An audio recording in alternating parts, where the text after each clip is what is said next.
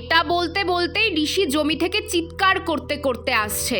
আর বলো না, মহাশয়ের আজ স্কুল ছুটি, তাই সকালবেলা ছাতা মাথায় গেছে জমির ধান দেখতে। যেহেতু জমিটা শ্মশানের ধারে, একা একা এসেছে বলে ওকে ডাকতে কিছুক্ষণ পর আমিও এলাম। আমাকে দেখতে পেয়েই ছুটে এসে বলছে ধানের জমিতে ভূত মোমো। প্রথমে ভেবেছিলাম মজা করছে, তারপর দেখছি ও সত্যিই ভয় পেয়েছে।